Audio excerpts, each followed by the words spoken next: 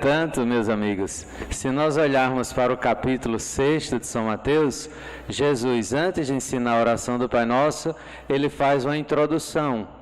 E é a respeito dessa introdução que eu gostaria de falar agora, resumidamente. Jesus chama a atenção a respeito do fermento da hipocrisia, que muitas pessoas consideram que a aquisição, ou estar no reino de Deus, ou construir o reino de Deus, dependeria de uma atividade humana, de maneira exclusiva.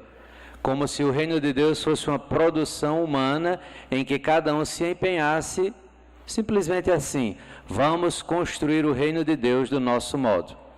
Isso coincide com a teologia de Israel, em que muitos acreditavam na chegada do Messias, o Messias, por exemplo, politizado. Lembremos que no grupo dos apóstolos de Jesus, havia um deles chamado Simão, conhecido como do partido dos Zelotas. O zelo pela causa política de Israel, em que, numa síntese, o reinado de Deus seria um reinado politizado, em que as pessoas se organizariam, fariam guerra e estabeleceriam um reinado de Deus. Essa questão perdurou durante todo o ministério público de Jesus. Vejam que até após a ressurreição, quando Jesus está prestes a subir para o Pai, depois dos 40 dias da sua ressurreição, faltando poucos dias para Pentecostes, os discípulos ainda insistem nessa temática e lhe dirigem uma pergunta nesses termos: é agora que vais restabelecer o reino de Deus? Agora, o que é que está por detrás dessa palavra? É agora que vais restabelecer o reino de Deus? Qual reino de Deus? Coincidindo com o quê? Com a dinastia de Davi. Restabelecer a dinastia davídica, em que os legítimos sucessores de Davi seriam colocados no poder, já que São José, na sua ascendência, era da linhagem davídica. E como Jesus, legal e juridicamente, é filho de José, ele seria o legítimo sucessor para restabelecer a dinastia política de Davi. Portanto, essa confusão está presente até nos dias de hoje.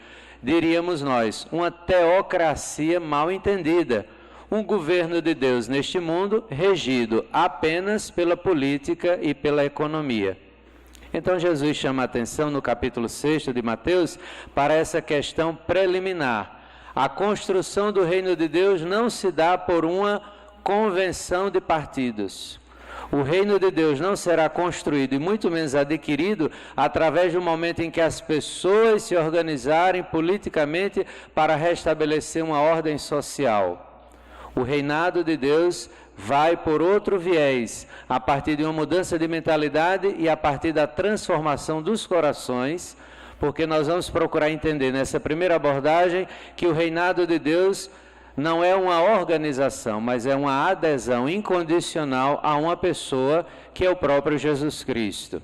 Então, a primeira coisa que eu gostaria de deixar bem clara é esta, quando Jesus disse: quando vocês forem orar, quando vocês forem rezar, não façam como os hipócritas, como os fariseus, que gostam de repetir muitas palavras, que gostam de falar muito, como se a construção, repito pela última vez, e a concessão do reino de Deus fosse a elaboração de um discurso, ou a determinação do engenho, da inteligência, das capacidades humanas.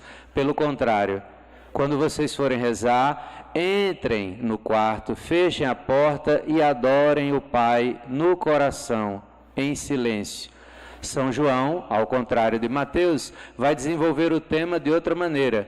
Os verdadeiros adoradores que o Pai necessita são aqueles que o adoram em espírito e verdade. Diz a mesma coisa que Mateus capítulo 6, mas diz de uma maneira ainda mais, digamos, envolvida numa atmosfera de uma espiritualidade ainda superior. Aqueles que constroem o reino de Deus, como diz o Evangelho das Bem-aventuranças em Mateus 5, 6 e 7, esses 3 capítulos, no qual o capítulo 6 está inserido no Sermão da Montanha. Os 3 capítulos juntos estão inseridos no Sermão da Montanha. É exatamente para que nós tenhamos a capacidade de perceber que a construção do reino de Deus se dá pela força do Espírito Santo e na adesão a Jesus, pelo batismo, constituindo o corpo de Cristo. Segunda conclusão a qual eu gostaria de chegar é que nós não podemos falar de um reino de Deus que seja nosso, no sentido estreito da palavra. Isso aqui é meu, porque fui eu que construí, é uma elaboração minha, eu que fiz os apontamentos, fizemos uma reunião democrática, nós votamos, nós escolhemos os temas principais da Igreja Democrática de Deus e agora a Igreja é uma concessão aprovada por voto de maioria simples ou de maioria democrática. Não é isto. A Igreja não é minha e nem tampouco nossa, a Igreja é dele. E o reino de Deus pertence a Deus e aqueles que lhe aderem através do sacramento do batismo, pela proclamação da fé e pela adesão incondicional a Jesus Cristo e a proposta que ele traz a partir de si mesmo.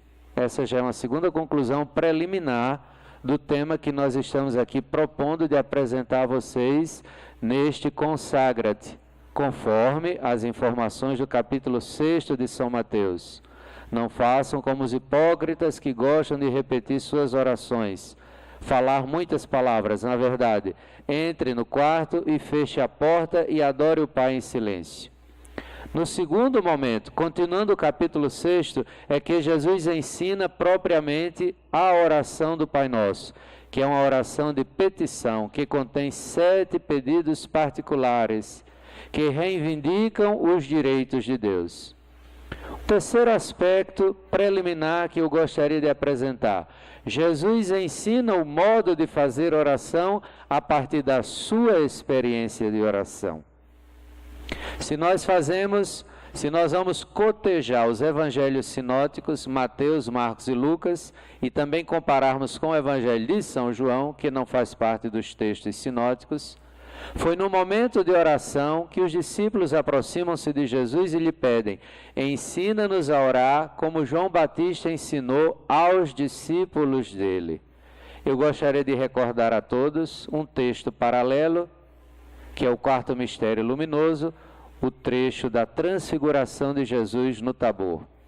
A maneira como Jesus se expõe a Deus, o seu Pai, a maneira como Jesus reza em adoração, a maneira como Jesus se coloca totalmente livre à disposição para que se faça a vontade de Deus. E resumidamente, no Pai Nosso, nos 7 pedidos, Jesus elenca tudo o que é necessário para que o reino de Deus seja estabelecido. Um dos primeiros pedidos que Jesus dirige ao Pai é que seja feita a sua vontade. Adveniat regnum tuum, fiat voluntas tu. Seja feita a vossa vontade, assim na terra como no céu. É nessa abordagem, nessa perspectiva, que o corpo de Jesus se transfigura. Nós sabemos que Jesus, cristologia, Jesus é uma pessoa divina com 2 vontades, a vontade humana e a vontade divina. A vontade divina coincide em tudo com o projeto que Deus estabeleceu, que é toda a salvação do gênero humano. Mas a vontade humana, que está presente na alma criada de Jesus, é uma vontade débil, é uma vontade frágil. E nesse sentido, depois que o Padre Jesus rezou sua missa, atravessou o Vale do Cedron e foi demorar-se em oração no horto do Getsemane, no horto das Oliveiras, o seu suor de sangue é um impacto duríssimo da vontade humana presente na sua alma criada, que tem medo da morte e está angustiado e abatido por causa dos sofrimentos. E a respeito desta vontade humana que está presente na alma de cada um de nós e que nos faz débeis e que nos faz frágeis também, que nós devemos pedir com este Consagra-te de 2018, que venha a nós o reino de Deus, pela poderosa intercessão do Imaculado Coração de Maria, que foi feita a mulher forte do Evangelho que permaneceu de pé junto à cruz. E é por esse aspecto que nesse capítulo 6 do Evangelho de Mateus, Jesus está transfigurado em momento de oração, e é nesse momento em que ele ensina a oração naquilo que ela é, oração de adoração. O louvor, a gratidão e os pedidos acompanham a adoração. A outra conclusão a qual eu gostaria de chegar é essa: o reino de Deus desce ao coração dos que adoram, ao coração dos que obedecem. ao coração dos que fazem a vontade de Deus, ao coração daqueles que amam a Deus. Seria verdadeiramente uma imbecilidade fazer coincidir hoje em dia o reinado de Deus somente com o reinado político, econômico e social, onde o fazer estaria acima do ser. Nós não estamos aqui para fazer, mas nós estamos aqui fundamentalmente neste sentido para ser os filhos de Deus, para que o reino de Deus aconteça a partir de Deus, para quem nós aderimos, fazendo uma verdadeira adesão a partir da pessoa, da pregação, do ministério e do mistério de Jesus, o Cristo de Deus. E é imprescindível levar em conta o pedido dos apóstolos: ensina-nos a rezar. Pedro, Tiago e João, que presenciaram a agonia de Jesus no Horto das Oliveiras, que presenciaram seu suor de sangue, que presenciaram os seus temores, o medo dentro da alma criada de Jesus, mas ao mesmo tempo a ternura que emanava dos seus olhos, porque como Filho de Deus se submeteu completamente aos desígnios de Deus. É essa oração que Pedro, Tiago e João pedem a Jesus: ensina-nos a rezar. É essa oração que Santo Cura d'Ars ensinava às criancinhas no catecismo. Quando se aproximava o final da sua vida, quando o santo cura já tinha ensinado tudo, já tinha falado tudo, as pessoas que iam para o catecismo no domingo, no lar da providência, o lar das crianças órfãs, que Santo Cura d'Ars se amava tanto e dava o catecismo todos os dias, e especialmente aos domingos, aos forasteiros que vinham de longe para assistir à missa do santo cura e fazer a confissão consigo. Francis Trochu, o autor da mais famosa biografia do Santo Cura, diz: no final da sua vida, o Santo Cura só fazia duas coisas: chorava e rezava. A catequese era um exemplo vivo de como é fazer oração.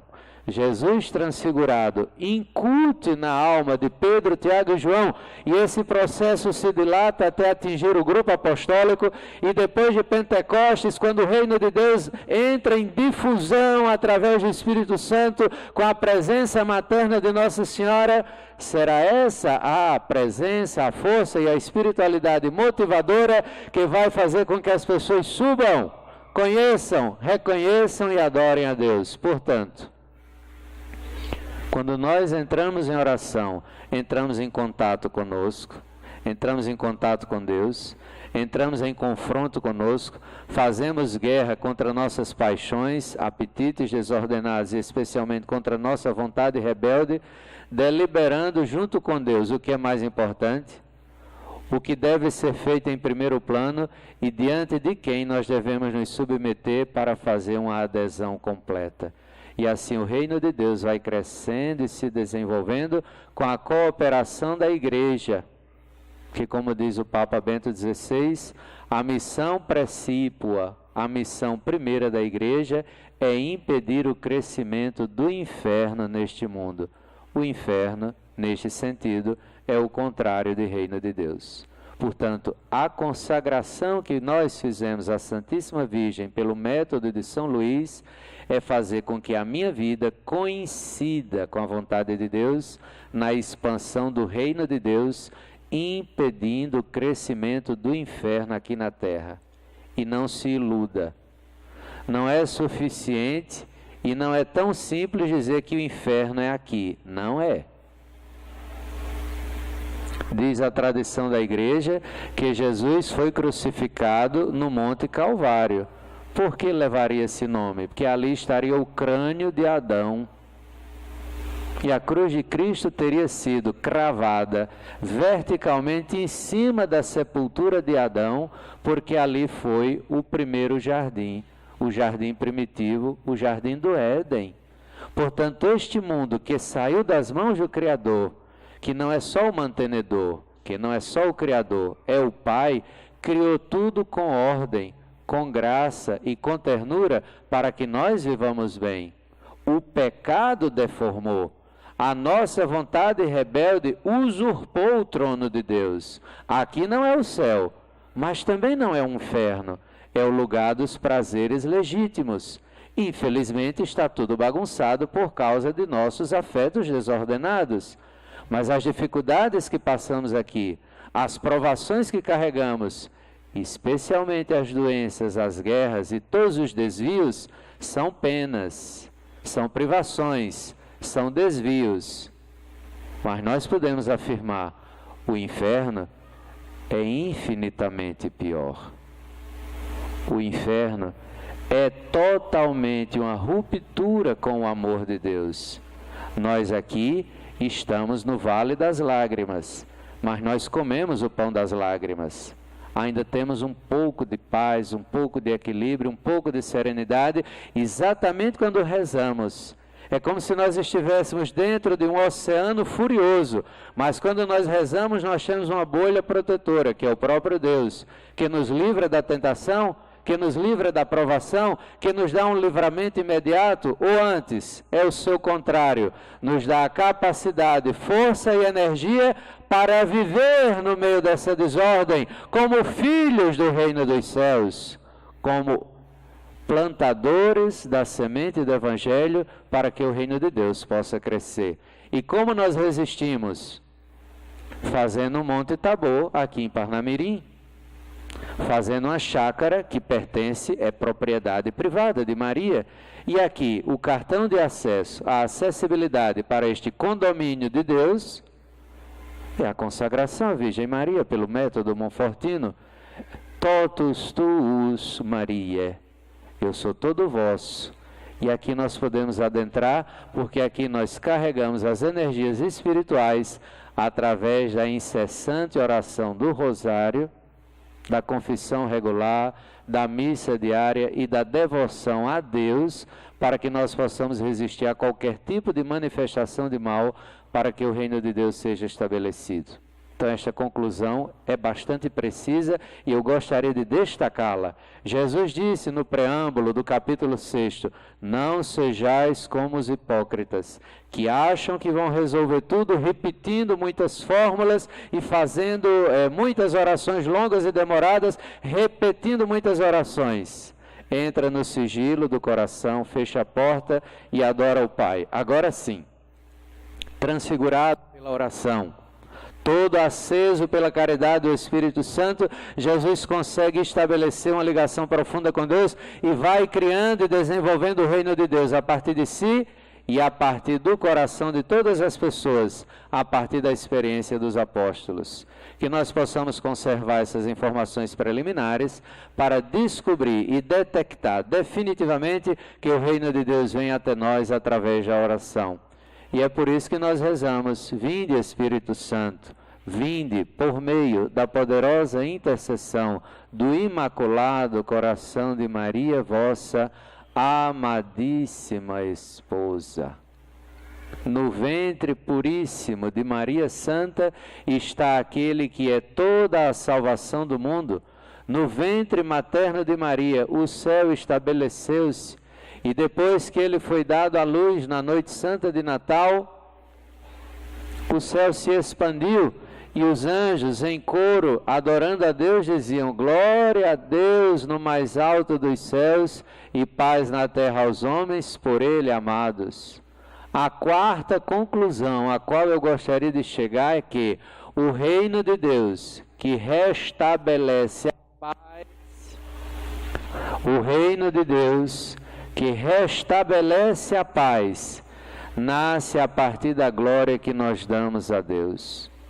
Lembrem-se, quando Jesus nasceu, José foi com Maria viajando para Belém para fazer um recenseamento universal, porque o imperador de Roma queria saber quantos súditos a coroa imperial possuía para conseguir maior quantidade de espólio, de contribuição financeira para pagamento da máquina administrativa do império. Mas fazia 200 anos que Roma vivia a Pax Romana, 200 anos em que Roma subjugava todos os países com a espada. É uma paz funesta, é uma paz pútrida, é uma paz fruto da espada, em que as pessoas se submetem porque são subjugadas. Nesse clima, 200 anos de pacificação por meio da espada, Roma era a senhora e dominadora do mundo inteiro. inteiro. Mais de 136 nações embaixo das botas dos generais militares de Roma, chefiados pelo seu César, o reinante, o regente de todo o poderoso Império Romano. A criança recém-nascida vem restabelecer a paz a partir de uma mudança de comportamento, uma mudança essencial. Não é a César que nós vamos adorar, mas é o Deus de Israel, que Jesus veio dizer que é Criador, mas que também é Abá.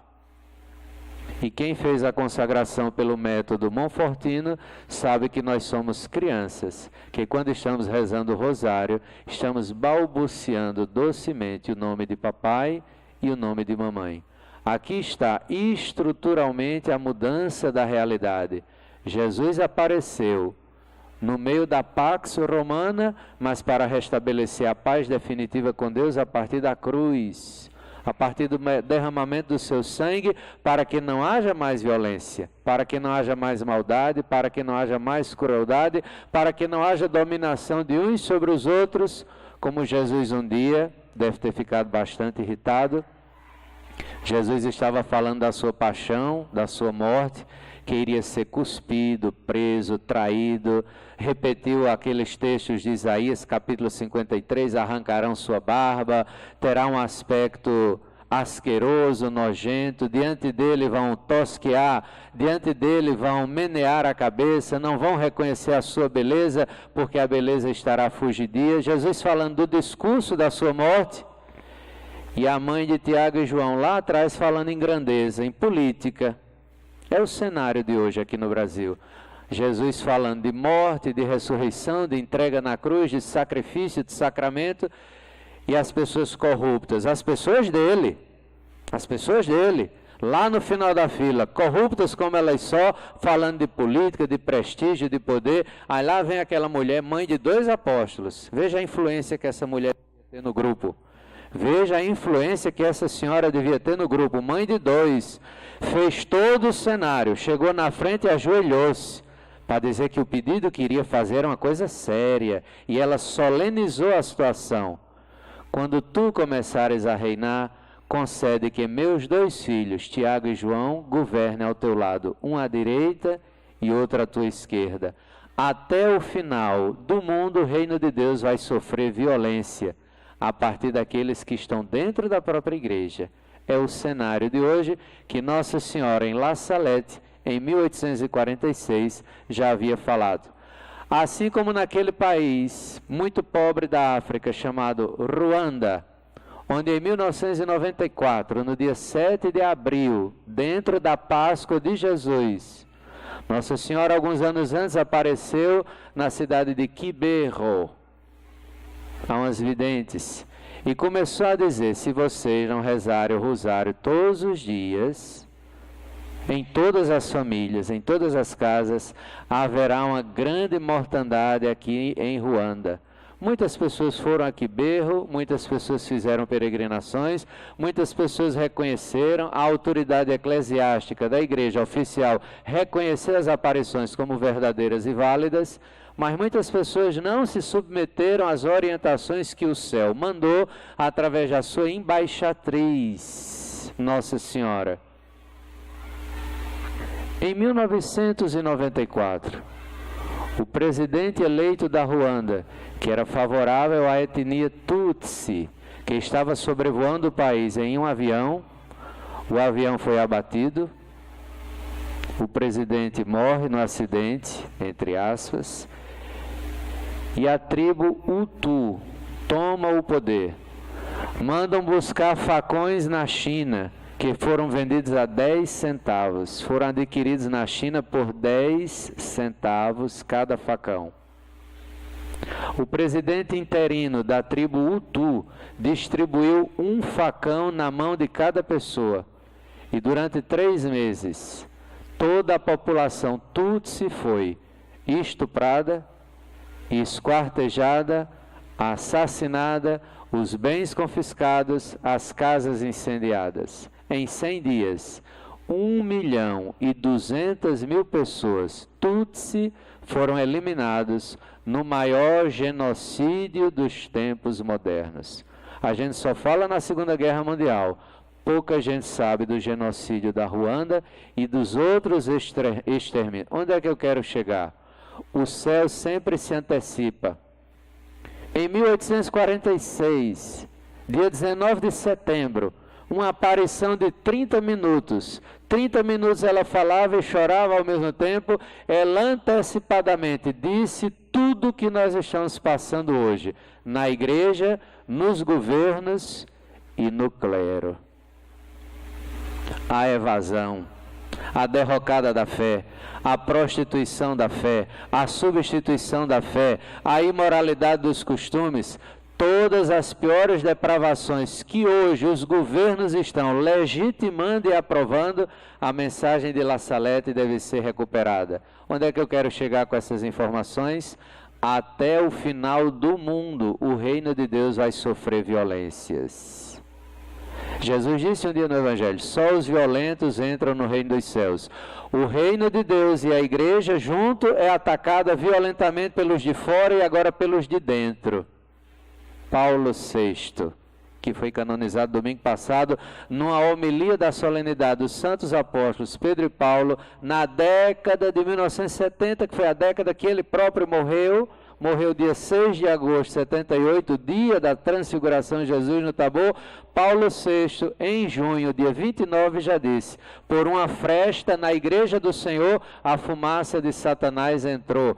E a fumaça se torna densa. Vocês se lembram daquele incêndio da Boate Kiss, na cidadezinha agradável de Santa Maria, no Rio Grande do Sul? Aquele gás tóxico que em poucos instantes matou mais de 240 jovens.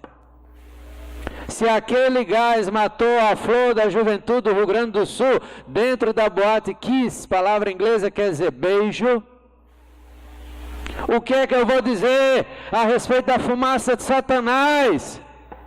Se um gás tóxico mata o corpo, se nós abrirmos uma brecha na doutrina, se nós rasgarmos a parede e o telhado do reino de Deus, a fumaça não vai só matar, não vai apenas asfixiar, mas vai comprometer a nossa vida eterna.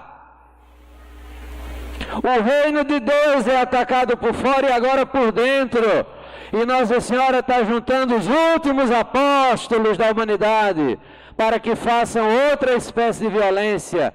A violência contra si, destruindo sua vontade própria, sendo por amor escravos de Deus, consagrados ao Verbo eterno, cuja alma foi criada por Deus e foi colocado no ventre de Maria. Vinde, Espírito Santo, vinde por meio da poderosa intercessão.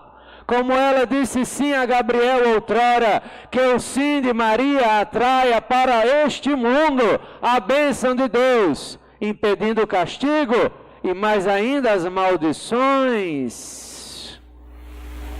O reino de Deus sofrerá violências até o final do mundo. E quem perseverar até o fim, esse será salvo. É a pedagogia do Sermão da Montanha, capítulo 5º, capítulo 6º, capítulo 7º, particularmente o preâmbulo, em que Jesus diz que nós devemos entrar no quarto, fechar a porta e adorar o Pai com submissão, com reverência, pedindo adveniat regnum tuum. O reino é de Deus.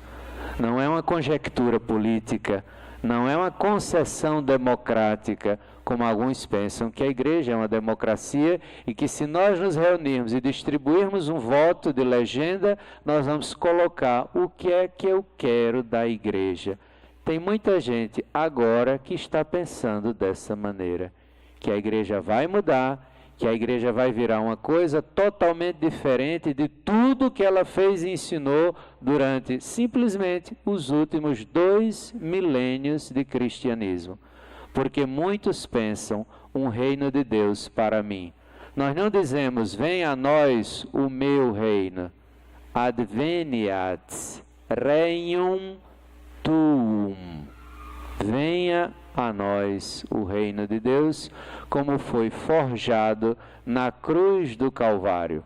E se no Calvário está enterrado o crânio de Adão, foi em cima do crânio de Adão que Jesus Cristo morreu, e o sangue que escorria desde o seu fio de cabelo, dos látegos, da coroa de espinhos, o sangue redentor desceu e foi alcançar o crânio do nosso primitivo pai, para restaurar a ordem, como nós rezamos no Sábado Santo, lendo nas matinas uma homilia de um autor desconhecido do século II, em que o próprio Redentor vai à mansão dos mortos buscar, restaurar, salvar Adão. Em Jesus Cristo, nós todos somos alcançados pela sua beleza, pela sua doutrina e, acima de tudo, pelo seu coração, que se derrama dentro de nós através do Espírito Santo que nos foi comunicado. Essas 4 conclusões que eu apresentei até agora são fundamentais para o entendimento daquilo que nós propomos dizer que é o reino de Deus, em 3 abordagens. Antes de tudo, na oração do Pai Nosso, Jesus Cristo faz 7 pedidos e um dos mais relevantes: venha a nós o vosso reino. E nós poderíamos fazer uma pergunta: o que é o reino de Deus? Acabaram de canonizar Dom Oscar Romero. Ótimo. Arcebispo de El Salvador, que vivia uma guerrilha, que vivia embaixo de uma ditadura, e muitas pessoas que não têm muita instrução, e que têm pouca leitura, certamente falaram muitas abobrinhas, exatamente aproveitando esse contexto político que vivemos no Brasil, dizendo que a igreja deve estar cada vez mais comprometida com as questões sociais e só. Lembra aqui a frase do Papa Bento XVI: a missão da igreja é impedir o crescimento do inferno. Eu gostaria de dizer 2 coisas. Dom Oscar Romero era um bispo bastante tradicional, e tudo que Oscar Romero tinha de doutrina, ele recebeu do Opus Dei de Monsenhor José Maria Escrivá de Balaguer. O episcopado de El Salvador, e em particular Oscar Romero, era filho espiritual de Nuestro Padre José Maria Escrivá de Balaguer. A identidade espiritual, a formação do caráter e a doutrina deste arcebispo está eivada de toda a doutrina de sempre ensinada na igreja e mantida coesa pelo ministério de Monsenhor José Maria Escrivá. Agora, dia 2 de outubro, a obra completou 90 anos de fundação, 2 de outubro de 1928. Portanto, esta crise entre social e espiritual deve ser diluída, porque nós só fazemos a caridade social a partir do momento em que nós estamos cheios do Espírito Santo. Quem são simbolicamente os maiores santos sociais da Igreja Católica? Eram os homens e mulheres que mais rezavam. Será que eu vou precisar repetir aquela história de Madre Santa Teresa de Calcutá, em que as suas freiras vieram reivindicar uma diminuição do tempo de adoração ao Santíssimo? Reverenda Madre, nós estamos ficando cansadas, a gente tem que dar assistência a orfanatos, a asilos, temos que cuidar dos moradores de rua, temos que distribuir o sopão, temos que fazer tantas atividades externas que é custoso para nós ficar diante do Santíssimo todo dia 1 hora. A Reverenda Madre escutou aquilo, recolheu-se no seu silêncio e na sua discrição, não deu resposta imediata e retirou-se. Alguns dias depois, já bastante incomodadas, as freiras lhes dizem: Reverenda Madre, a senhora já tomou uma decisão a respeito do pedido que nós apresentamos? Sim, minhas irmãs, eu já tomei uma decisão. A partir de agora, na nossa congregação, ao invés de fazer diariamente 1 hora de adoração ao Santíssimo, a partir de agora nós faremos 2 horas. Todos os dias, cada religiosa minha Nos estatutos deverá fazer 2 horas de adoração. Se nós não rezamos até aquilo que se chamaria caridade social, pode virar puro assistencialismo barato. E pode prestar atenção que muitos padres que perderam a fé e abandonaram a batina, hoje estão militando na esquerda. Porque levantaram demais a bandeira do social e se esqueceram daquilo que é fundamental, como a igreja sempre acreditou. A natureza e a essência do sacerdócio é celebrar os sacramentos e ensinar o povo a rezar. Ah, mas eu preciso construir uma igreja. Delegue essa função para um arquiteto. Ah, eu gostaria de fazer tal atividade, ser professor. Deixe um rapaz que se formou na faculdade ocupar esse emprego. Além de tudo, você está tirando o emprego de outra pessoa. Ah, eu quero cuidar das pessoas para fazer um prontuário, fazer uma receita. Deixe isso para quem se formou em medicina. Vá confessar. Porque o médico não pode absorver pecado. Vá celebrar missa, porque engenheiro não sabe fazer missa. Vai ensinar o povo a ler a Bíblia e interpretar corretamente. Vai ajudar o povo a rezar a liturgia das horas. Vai dar palestra lá no Consagra-te. Vá lá atender o pedido de César e Mara. Vai fazer alguma coisa útil que seja realmente essencial do seu ministério. O que é o reino de Deus então?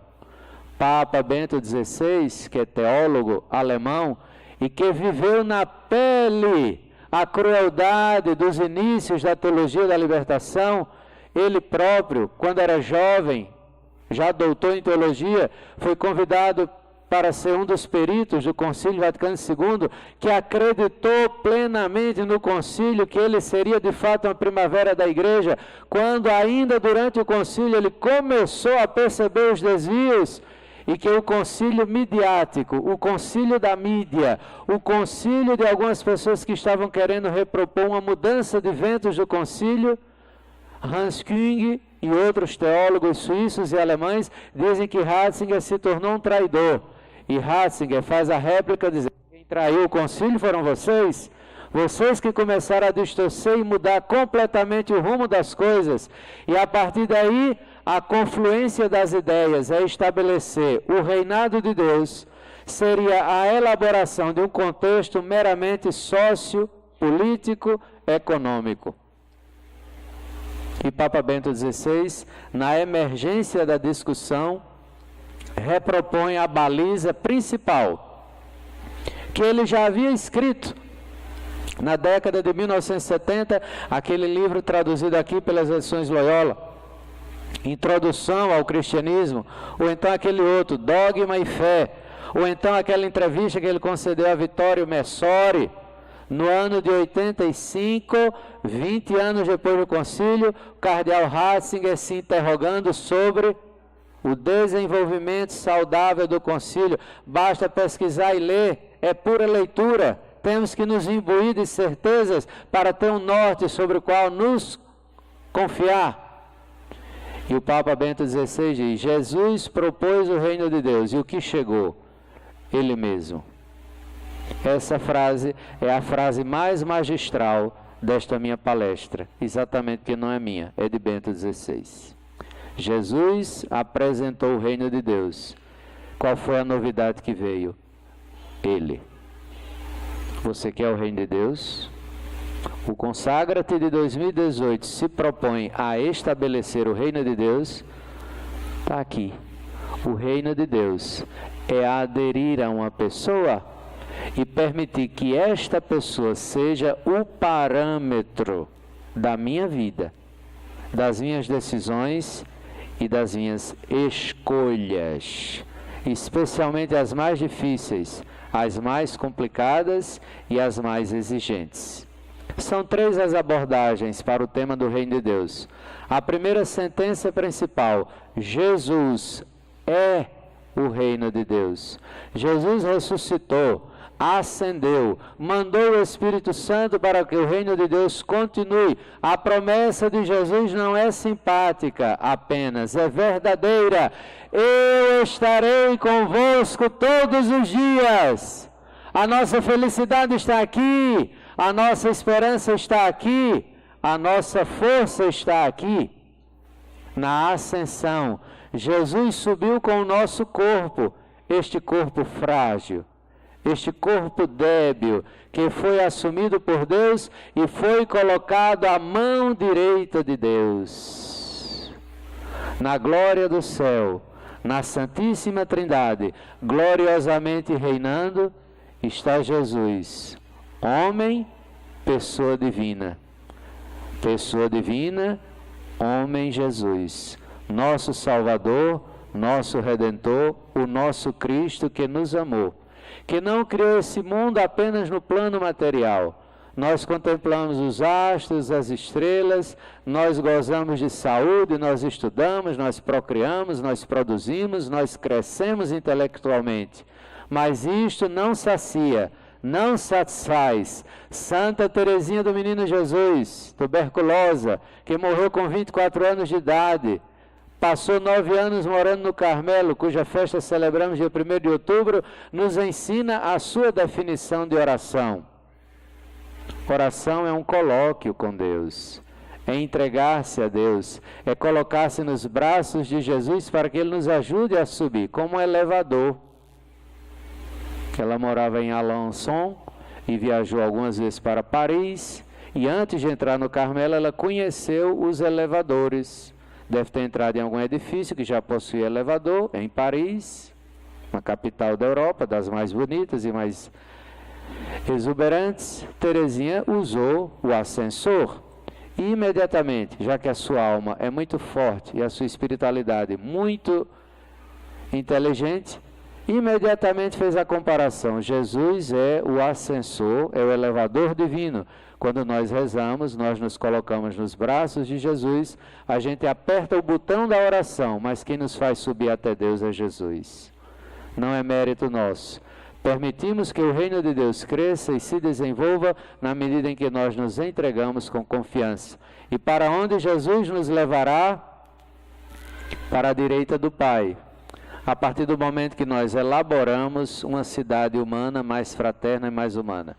Embora a nossa missão principal seja a oração, os sacramentos, a espiritualidade, não descuidamos de maneira alguma do mundo e das suas necessidades, especialmente as mais emergenciais, como seja a comida, a vida em sociedade e a fraternidade entre as pessoas. Nós nos elevamos na medida em que nós criamos uma dependência maior de Deus. Jesus foi elevado à direita do Pai para que o reino de Deus seja uma esfera acima de nossas esferas comuns, a fim do nosso fazer, acima do nosso decidir, ou simplesmente acima do nosso querer. Não. O reino de Deus se estabelece à medida em que nós queremos o que Deus quer, quero como Deus quer, e faço como Deus determinou que fosse feito. E quando as coisas estão numa situação perigosa, Deus determina embaixadas especiais. Todas as aparições, todas as mariofanias de todas as épocas do cristianismo têm como missão essa embaixada do céu para construir e melhorar os nossos relacionamentos aqui na terra. Não é à toa que o quinto mistério glorioso nós contemplamos a coroação de Nossa Senhora. Jesus ordenou que os 9 coros de anjos preparassem um trono digno para acolher a sua mãe, que a partir daquele momento na cruz, no Calvário, se tornou mãe de todos os redimidos, e agora, exaltada na Assunção e coroada como rainha dos céus, é a rainha do mundo, sentada à mão direita de Deus Filho, a filha predileta do Pai, através da qual o reino de Deus desce e encontra a nós. Como Jesus um dia disse no Evangelho, só os violentos conquistarão o reino dos céus, e que nós devemos vigiar e orar, aguardando o retorno do reino de Deus, Ele próprio. Quando o Filho do Homem voltar, será que encontrará fé sobre a terra? Nós ficamos perplexos diante dessa atualidade da frase de Jesus. A fé está se diluindo há pelo menos 50 anos. para ser generosos, que a fé vem sendo atacada há muito mais tempo. Nós, quem nasceu na minha época, de 76 para cá, quem nasceu da década de 1970 para cá, já nasceu na época da crise. Então não tem nem muito o que dar explicações, porque nós já nascemos na crista da onda da crise.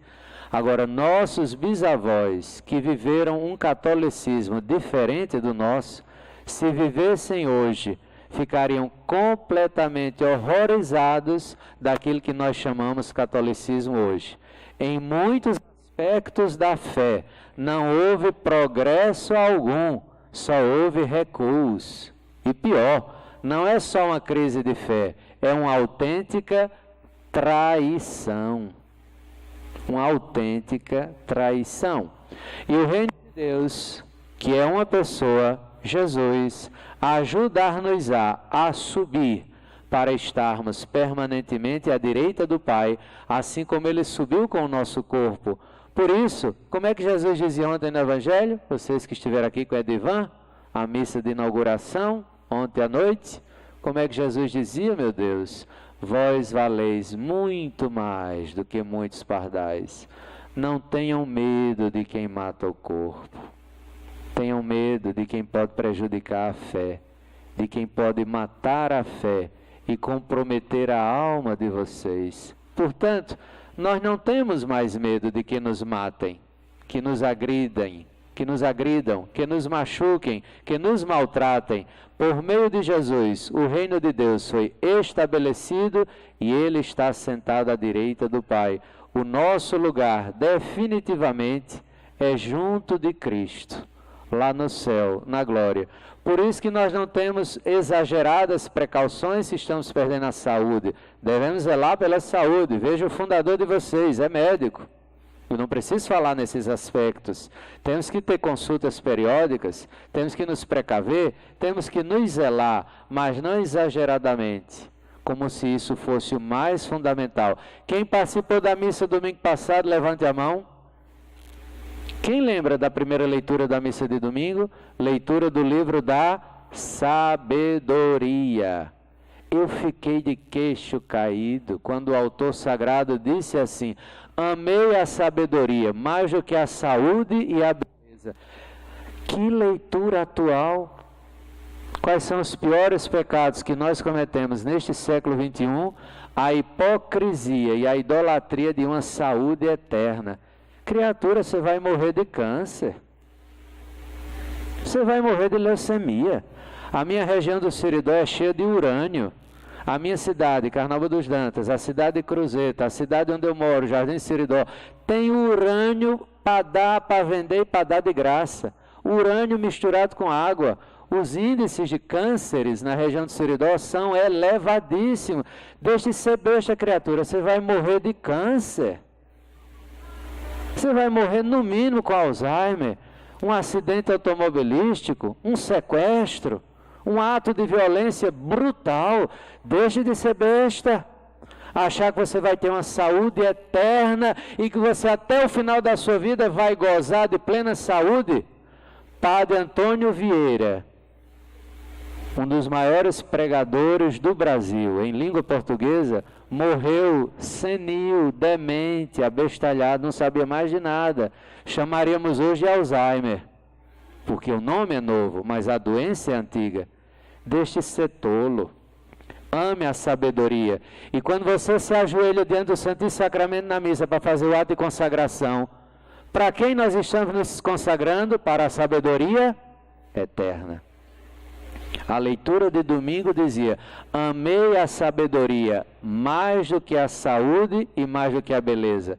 Quais são as empresas que mais crescem no mundo? Diga aí: farmácia e cosméticos. Farmácia e cosméticos. A idolatria da saúde eterna e a idolatria da beleza eterna. Até quem faz plástica estica tanto que chega um tempo que não tem mais o que esticar. Aí começa a enfiar botox, a pessoa fica horrorosa. A pessoa fica horrorosa. Tem pessoas que são naturalmente bonitas, mas esticam tanto a pele, colocam tanto botox que viram monstros. A leitura de domingo dizia: amei a sabedoria mais do que a saúde e a beleza. Vamos pensar nisso. O reino de Deus é dos mártires, das pessoas que receberam pancada, das pessoas que morreram e das pessoas que testemunharam a fé. Na ladainha de Nossa Senhora, qual é a sequência quando chega nos títulos de rainha? Qual é o primeiro? Rainha dos anjos, começa da hierarquia celeste. Rainha de quem? Dos profetas. Depois, rainha dos apóstolos. Depois, rainha dos mártires. Na sequência, quem é que vem? Rainha dos confessores. Você sabe o que é um confessor da fé? Eu sou uma pessoa que estou na missa, nas catacumbas. O Papa São Calixto está rezando a missa. Eu saí da missa, a missa começou no sábado de meia-noite, terminou no domingo 6 horas da manhã.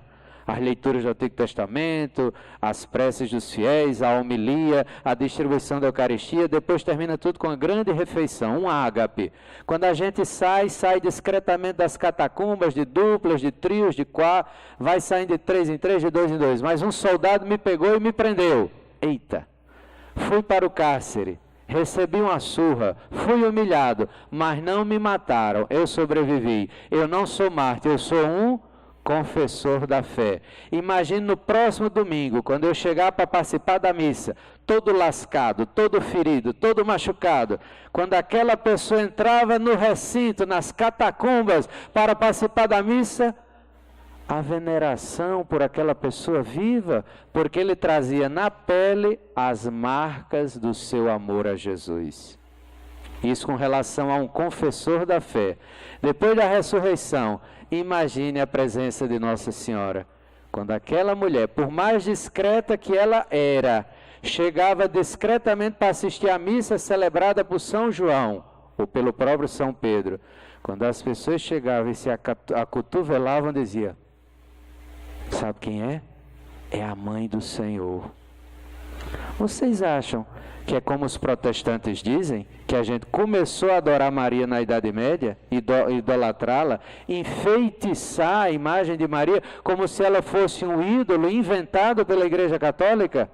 Qual é a oração mais antiga a Nossa Senhora? Subitum presidium confugimus sancta Dei genetrix, nostras deprecationes in necessitatibus sede a periculis cunctis, libera nos semper virgo et gloriosa et benedicta.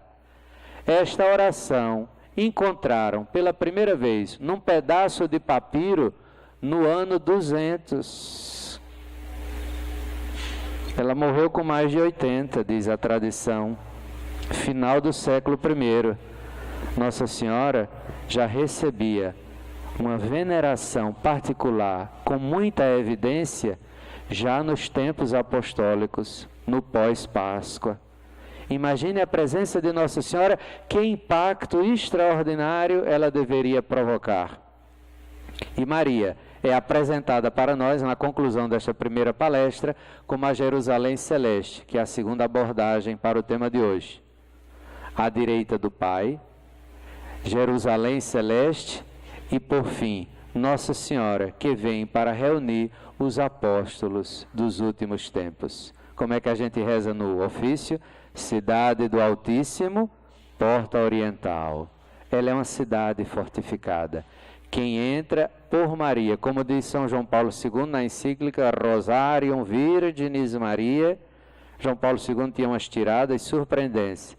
Ele dizia que nós devemos convidar a alma de Maria para entrar dentro de mim, para que eu adore Jesus, porque ela é a cidade do Altíssimo. Se ela estiver em mim, a Jerusalém Celeste, é para lá que eu vou. Jesus estará bem recepcionado, bem amparado, se encontrar em cada um de nós a alma de sua Santa Mãe. E eu fiquei muito contente. César ontem, falando comigo, mandou a imagem de Nossa Senhora da Salete. Eu tenho um apreço e uma devoção muito particular com esta devoção, com esta aparição, que foi 30 minutos, dia 19 de setembro, que naquele ano, no calendário de São Pio V, 19 de setembro era a festa de quem? Nossa Senhora das Dores. Hoje o calendário mudou para dia 15 de setembro, mas no dia da aparição, ela apareceu na festa de Nossa Senhora das Dores, por isso que ela chorava tanto, que a mensagem que ela trazia era um convite à conversão e à mudança de mentalidade.